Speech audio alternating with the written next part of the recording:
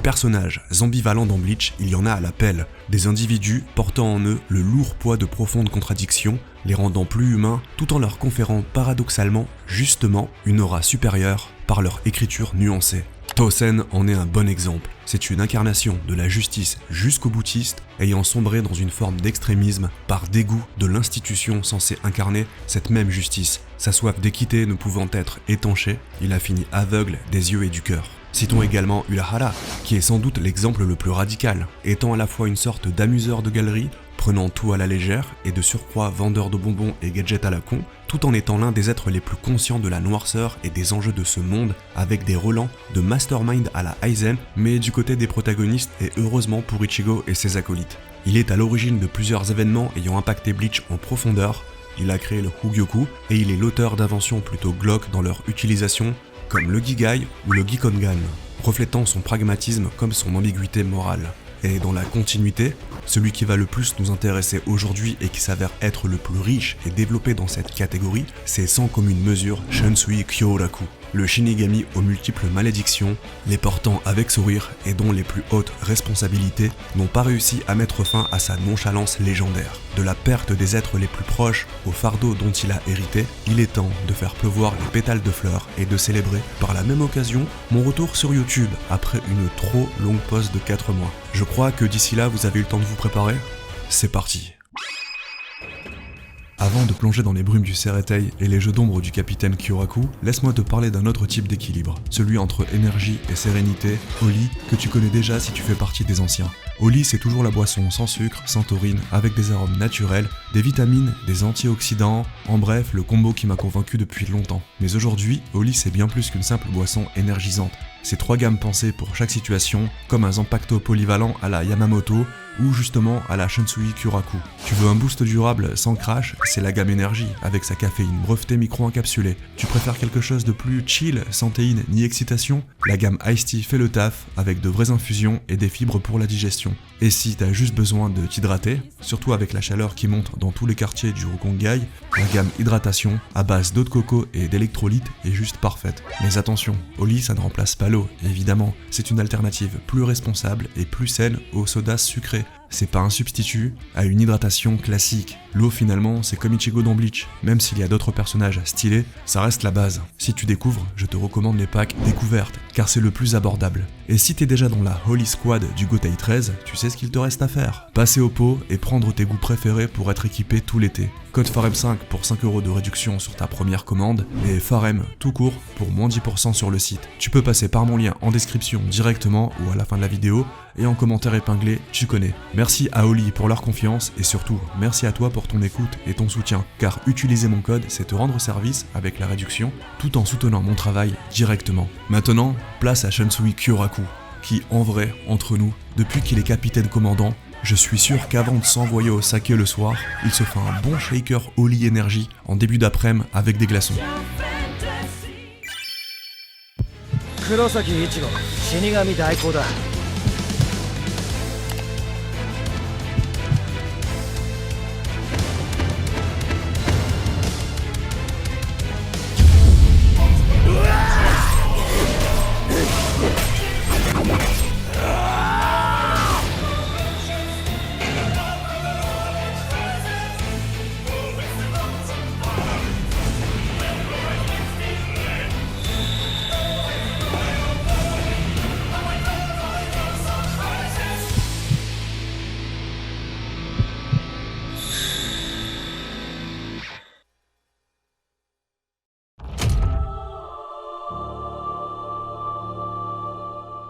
'Shunsui Kyoraku', un nom qui évoque la douceur d'une brise, la fluidité d'un ruisseau et l'harmonie du saké versé dans une tasse en porcelaine. Pourtant, ce nom cache une réalité autrement plus lourde, car son nom complet, rarement évoqué dans le manga, mais profondément symbolique, est Shunsui Sozosuke Kyoraku no Jiro. Et dans ce nom, tout est déjà dit. Kyoraku no Jiro signifie deuxième fils de la maison Kyoraku. Il n'est pas l'héritier direct, mais celui qui, par la force des choses, a tout hérité malgré lui. Il est le frère cadet, celui qui devait vivre librement, à l'abri des responsabilités.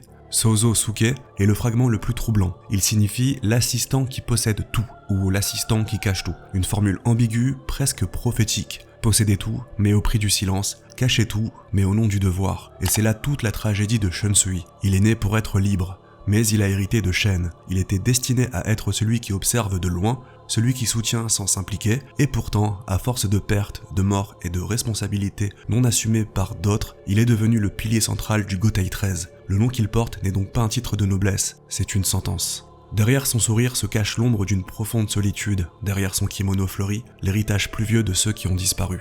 Et surtout, ce nom, Kyoraku, qui signifie littéralement plaisir ou divertissement, est un masque, une façade. C'est le nom d'un homme qui se force à sourire, car il n'a pas le droit de s'effondrer. Il est celui qui incarne la légèreté pour mieux porter la gravité du monde. Cette dualité se reflète également dans ses paroles. Dans le manga, Shunsui déclare « L'honneur ne nous permettra pas de sauver le monde. Pour moi, il n'est pas mauvais de combattre le mal par le mal. » Dans le chapitre 622. Cette citation illustre parfaitement sa vision pragmatique et désabusée du monde. Il comprend que les idéaux ne suffisent pas toujours et que parfois, des actions moralement ambiguës sont nécessaires pour protéger ce qui doit l'être. Et à travers son nom, son rang, son rôle, se dessine une destinée paradoxale, celle d'un homme né pour vivre légèrement et qui finira par porter le poids de l'histoire entière sur ses épaules.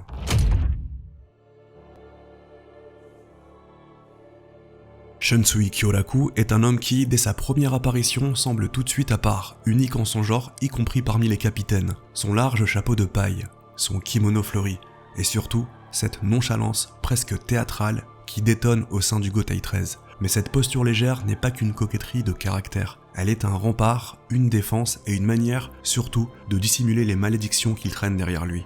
Le titre du chapitre 653 du manga résume à lui seul la tragédie que représente Shunsui.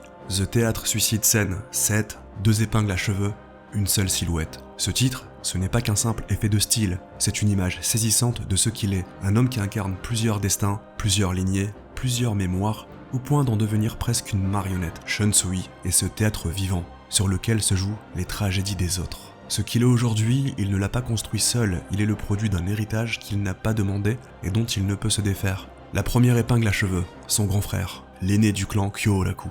L'homme qui aurait dû porter les responsabilités, le patriarche prévu quelque part, mais il est mort. Et c'est Shunsui, le cadet, qui a dû tout reprendre, le rôle de chef de clan, la représentation sociale, etc. Une transmission précipitée, presque brutale. Et dans ce costume trop grand pour lui, même s'il n'est pas un holo, il a dû maintenir son sourire pour le transformer en un masque de cire. La deuxième épingle, la femme de son frère, une figure silencieuse mais capitale, elle aussi, il l'a perdue, et avec elle, une autre part de sa liberté. Son kimono fleuri, devenu presque signature visuelle, est en réalité une relique. Il appartient à cette femme. Shunsui le porte en hommage, en souvenir, ou peut-être par culpabilité. Chaque pli de ce vêtement est une mémoire en deuil. Et puis, il y a aussi le Zanpakuto du clan Ise, qu'il ne porte pas à l'origine, car cette lame n'est pas la sienne, et nous le verrons plus en détail plus tard. Il n'aurait pas dû posséder un double Zanpakuto à l'origine. C'est le Zanpakuto que l'histoire l'a contraint à manier, pour tenir une promesse et protéger Nanao. Un sabre interdit, scellé par une malédiction familiale ancestrale. Encore un poids hérité, encore une souffrance qui ne lui appartenait pas, mais qu'il a dû endosser. Shunsui est devenu le gardien des morts, des secrets, des héritages. Il est celui par qui le passé continue de vivre malgré lui. Même Aizen, l'antagoniste par excellence, est symboliquement lié et dépendant à lui, car tant que Shunsui est en vie, Aizen reste scellé et vivant. S'il tombe, l'équilibre tombe. À sa manière, il est l'un des derniers verrous de cette ère.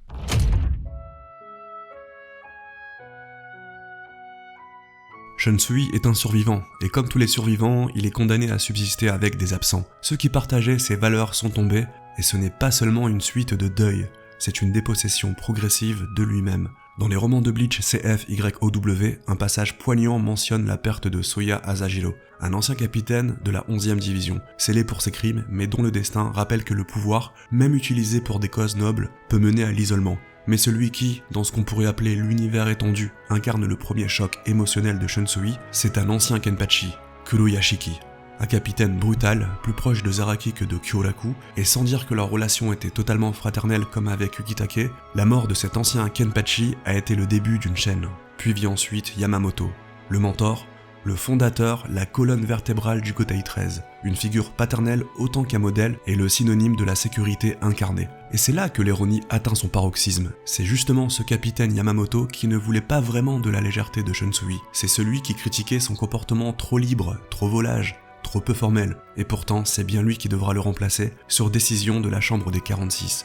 C'est une passation empreinte de douleur en réalité. Shunsui, on l'a vu, ne voulait pas ce rôle, il ne l'a jamais demandé, et pourtant le voilà à la tête du Gotei 13. Un corps militaire qu'il n'a jamais vraiment pris au sérieux, et qu'il regardait toujours avec une distance teintée de poésie et de scepticisme. Et enfin, Ukitake Juushiro, son frère d'âme, son double inversé quelque part. Là où Shunsui incarne la ruse et la fluidité, Ukitake est le calme et la discrétion, la gentillesse. L'un aux cheveux de jet, l'autre blanchi par la maladie. Ensemble, ils ont été les 2 premiers capitaines à être choisis parmi la nouvelle génération. Ensemble, ils ont apporté un vent de fraîcheur dans un Sereitei figé dans ses traditions.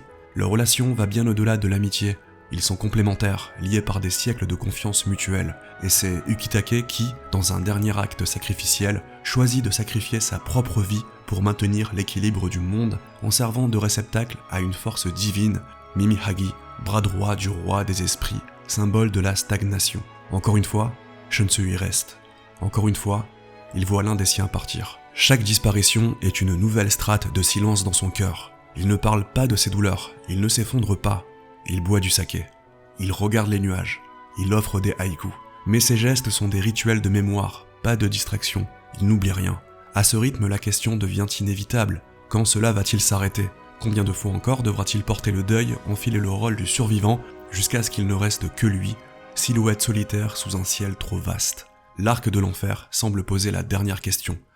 Et si c'était sa propre mort, enfin, qui mettait fin à cette litanie, lui permettant de rejoindre toutes ces âmes qui l'attendent depuis tout ce temps.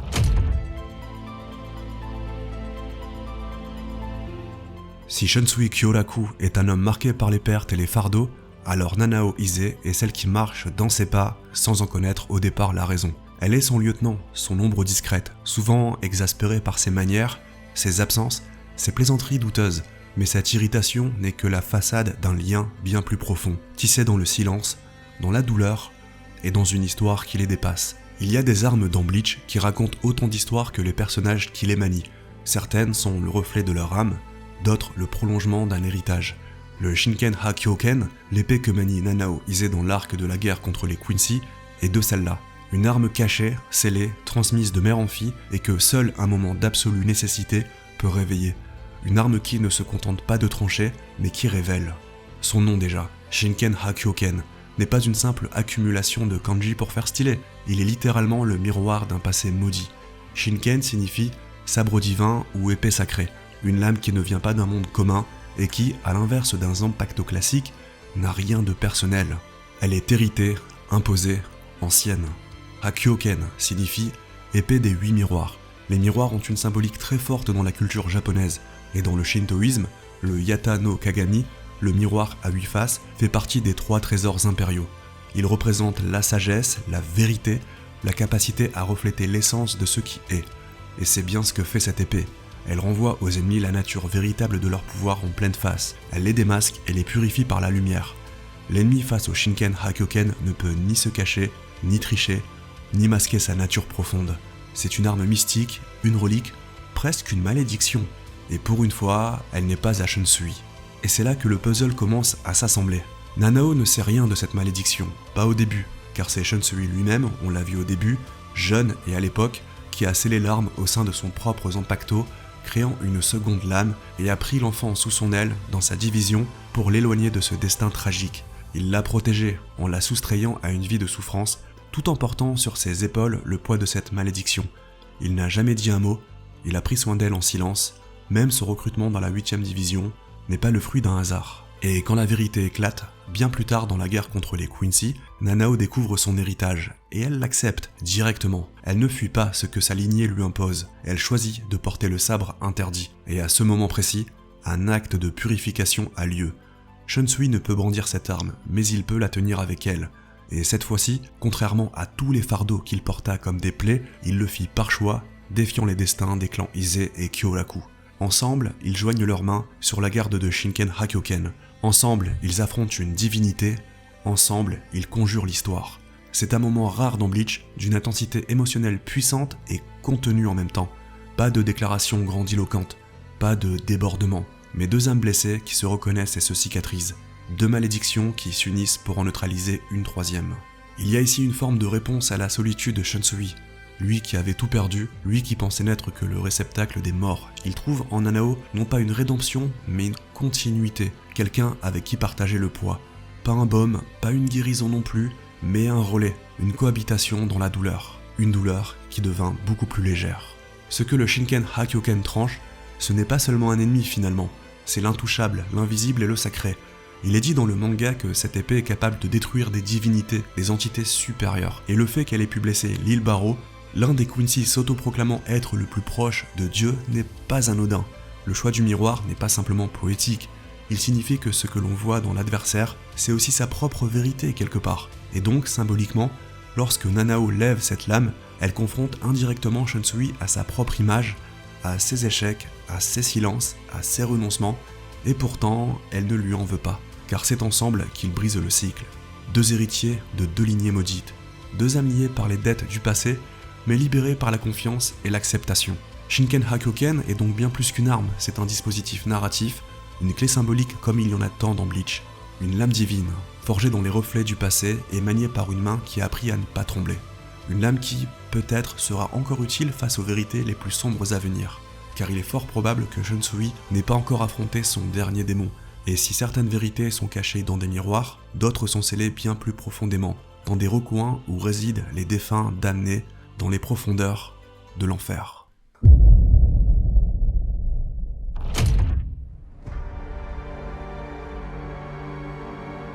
Dès sa toute première apparition, Shunsui détonne, on l'a vu tout à l'heure, nonchalant, kimono fleuri, chapeau de paille, tout en lui semble incarner la douceur, la légèreté et l'absence de conflit. Et pourtant, il est le détenteur de l'un des impactos les plus terrifiants de la Soul Society. Katen Kyo Kotsu n'est pas un sabre, c'est un duo.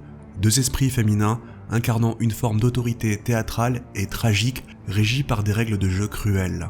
Car ce n'est pas une arme qui tranche, c'est une arme qui juge.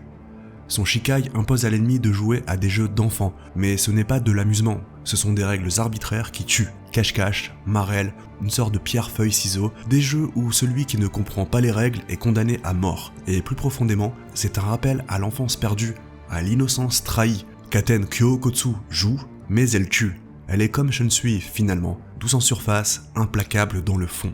Qu'avec ce vent de fleurs hurle le dieu des fleurs, qu'avec ce vent céleste ricane l'enfer. C'est ainsi que Shunsui Kyoraku libère Katen Kyo Kotsu, dans une incantation qui semble tout droit sortie d'une pièce de théâtre tragique. Un vers en deux temps, une élégie en deux souffles. Le premier souffle, floral, doux, presque printanier. Le hanakaze, le vent fleuri, se trouble, il se dérègle, il s'agite, et dans ce désordre naît une plainte, non pas humaine, mais divine. Le Kashin, le dieu des fleurs, hurle. Cette première ligne résume à elle seule le cœur de Shunsui, un homme de paix, un esthète du plaisir et de la légèreté, contraint par le tumulte du monde à devenir une force de guerre. Il ne se bat pas avec joie, il se bat en pleurant à l'intérieur.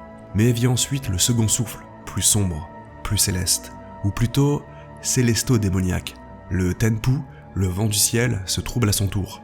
Et ce désordre, cette fêlure dans l'ordre cosmique, ne fait pas pleurer les dieux cette fois. Non, il fait rire les démons. Tenma Wado, le démon céleste ricane, sarcastique, cruel, presque moqueur. Ce n'est plus le monde terrestre qui souffre ici, c'est l'armature céleste elle-même, et dans cette faille qui s'insinue, l'écho de l'enfer. Parce que cette phrase n'est pas une simple formule de combat, elle est le miroir brisé de l'âme de Shunsui Kyoraku. Une fleur qui hurle, un ciel qui se déchire, et des démons qui, dans l'ombre, se délectent. Et si l'on écoute vraiment entre les lignes, ce n'est pas seulement Katen Kyo Kotsu qu'on entend parler, c'est l'enfer lui-même qui rit, et il ne fait peut-être que commencer à s'exprimer. Quand on regarde les noms des techniques de son Shikai, un motif s'impose. Takaoni, le démon de la montagne, Kageoni, le démon de l'ombre, et Hirooni, le démon des couleurs. 3 Oni, 3 esprits démoniaques. Ces noms ne sont pas des métaphores, ils renvoient à des véritables entités surnaturelles dans la culture japonaise, souvent associées à la punition, à la transgression et à l'expiation. Et surtout, ce ne sont pas des techniques de combat au sens traditionnel, ce sont des jeux à règles occultes où la victoire ne dépend pas de la force, mais de la compréhension des lois qui régissent l'espace de combat. Ces règles ne sont pas universelles, elles sont imposées, comme dans un tribunal de l'au-delà, comme dans un enfer bureaucratique et sadique. Et un petit peu comme dans l'administration française quelque part. Dans Kage Oni, il ne faut pas projeter son ombre sur celle de l'ennemi, sinon on meurt. Dans Hiro Oni, on annonce une couleur et seules les attaques de cette teinte sont efficaces. Et dans Taka Oni, l'avantage revient à celui qui est le plus haut placé, c'est une règle arbitraire, sans morale ni logique. On ne combat pas Katen Kyokotsu, on lui obéit, on subit ses lois. Et dans cet ordre inversé, Shunsui n'est pas le guerrier, il est le juge, mais aussi la victime. Ces jeux ne sont pas de mon cru, c'est elle qui décide. Il le dit lui-même, les règles viennent d'ailleurs. D'un ailleurs qu'il ne maîtrise pas lui-même totalement. D'un esprit plus ancien, peut-être plus cruel, et là se pose la question essentielle. Qui est vraiment Katen Kyokotsu ? Contrairement à la plupart des Zanpakuto qui prennent la forme d'un seul esprit, souvent anthropomorphisés, Katen Kyokotsu est un duo, deux femmes vêtues de kimono, l'une calme et sévère, et l'autre silencieuse, mais possiblement cruelle et frivole. Deux facettes d'une même entité, deux comédiennes d'un théâtre antique jouant une pièce dont Shunsui est à la fois le héros et la victime. Leur esthétique évoque les yurei, ces fantômes féminins du folklore japonais, errant dans le monde des vivants à cause d'un serment trahi, d'une injustice, d'un amour impossible. Elles ne sourient pas, elles énoncent les règles et elles punissent. Elles sont les vestales d'un enfer codifié où chaque acte a sa conséquence. On est loin des bankai flamboyants d'Ichigo, de Toshiro ou de Byakuya. Ici, tout est théâtral, symbolique, mortifère.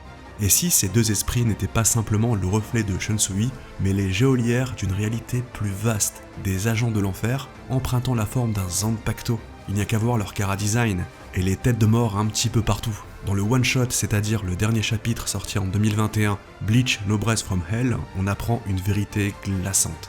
Les Shinigami de haut niveau, lorsqu'ils meurent, ne retournent pas dans le cycle des âmes, ils sont envoyés en enfer, quoi qu'il arrive, peu importe leurs actes, dans le bien comme dans le mal. Pourquoi ? Parce que leur pression spirituelle est beaucoup trop puissante pour se dissiper et s'intégrer au cycle, et donc on les scelle dans ce lieu maudit et interdit. Et parmi les rares personnages à comprendre cette mécanique, à en saisir les implications, se trouve, comme par hasard, uniquement Shunsui Kyoraku. Il n'est pas surpris, il n'est pas ébranlé, il savait, ou il s'en doutait depuis longtemps. Et là on peut se poser une question cruciale. Son Zanpakuto ne vient-il pas de là ? Son Bankai, Karamatsu Shinju, ne reproduit-il pas les 4 actes d'un supplice infernal ?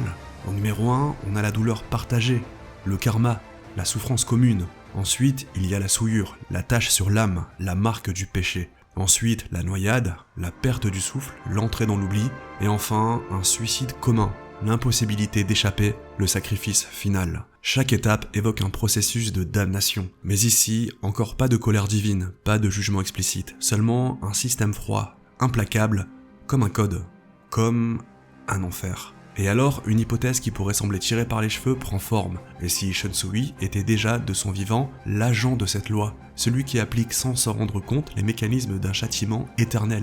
Et si Katen Kyokotsu n'était pas un simple Zanpakuto, mais une extension de l'enfer, infiltrée au sein du Seretei, comme pourraient l'être d'autres Zanpakuto dont nous avons déjà parlé sur cette chaîne. Le rire de l'enfer, évoqué dans sa phrase d'activation, n'est pas une figure de style. C'est un avertissement. Ce n'est pas lui qui ricane, c'est ce qu'il appelle, ce qu'il invoque malgré lui. Shunsui est peut-être le plus humain des Shinigami, même s'il y a de la concurrence, et en même temps celui qui s'approche le plus de l'infernal, parce qu'il porte avec élégance les outils de la punition, parce qu'il rit doucement en brandissant la sentence, parce qu'il a compris que le vrai pouvoir ne vient pas de la lame, mais de la règle. Et dans cette règle, l'enfer attend. Shunsui est vivant, mais c'est un vivant qui se tient déjà à la lisière de l'oubli. Un homme qui a vu les plus puissants tomber, les plus sages être réduits au silence, les plus loyaux être brisés. Kuroyashiki, nous l'avons vu, dans les romans fut le premier. Un capitaine à l'aura bestiale, à la force inégalée. Puis ce fut Yamamoto Gen Yusai, le fondateur, le père, le pilier du Gotei 13. Et enfin, Jushiro Ukitake, son ami d'enfance, son frère d'âme, le seul qui pouvait comprendre à demi-mot ses silences. Même Unohana, qui était la toute dernière représentante des traits sanguinaires, tomba au combat contre Zaraki Kenpachi. Un à un, ils sont tous partis. Et lui, il est resté. Mais jusqu'à quand ? La vérité révélée dans Noblesse from Hell est claire, injuste, brutale, mais logique à sa façon. Les Shinigami de niveau capitaine ne réintègrent pas le cycle des âmes, je le répète, ils sont envoyés en enfer. Non pas comme une punition, mais comme un mécanisme, une soupape. Et là, une évidence glacée surgit. Shunsui le sait, et il l'a toujours su, ou au moins pressenti. Pourquoi croyez-vous qu'il sourit autant ? Pourquoi cette légèreté, cette nonchalance presque gênante dans les couloirs du Seretei ? Ce n'est pas de l'insouciance en réalité. c'est une résignation élégante, un raffinement désespéré. Il sait qu'il ne sera jamais sauvé, car lui aussi est destiné à descendre. Il porte déjà en lui les symboles d'un passeur. Il utilise un Zanpakuto aux règles arbitraires et cruelles. Il manie un Bankai qui rejoue la tragédie, l'agonie, la souillure et le suicide commun. Et surtout, il ne s'y oppose pas. Alors la question se pose inévitablement. Que se passera-t-il lorsque Shunsui Kyoraku mourra? Lui, l'actuel capitaine commandant. Lui, le détenteur d'un Zanpakuto aux rituels incompris. Lui, l'homme qui connaît les règles mais ne les explique jamais. Et lui qui a connaissance des règles qui régissent l'enfer et n'a pas détourné le regard. Est-il destiné à être scellé lui aussi? Ou bien est-il une sorte de clé? Un pont, le gardien rieur d'un monde que même les Shinigami redoutent d'évoquer. Et surtout, est-ce que ce sera sa mort qui déclenchera la véritable guerre? Non plus entre les vivants et les morts, comme autrefois, comme tout ce qu'on a connu, mais entre le monde des âmes et celui des damnés. Dans un dernier plan, on imagine le jour où la fleur tombera, le jour où Shunsui Kyoraku rendra son dernier souffle. Le Seretei se tiendra peut-être en silence, mais l'enfer, lui, rira. Et ce jour-là, les chaînes se briseront, les portes s'ouvriront, et les morts commenceront à marcher vers les vivants. Mais ça, c'est une autre histoire, peut-être pour une autre vidéo. Et si vous avez eu le courage de regarder jusque-là, alors peut-être que vous commencez à être fin prêt à découvrir les secrets de l'enfer de Bleach.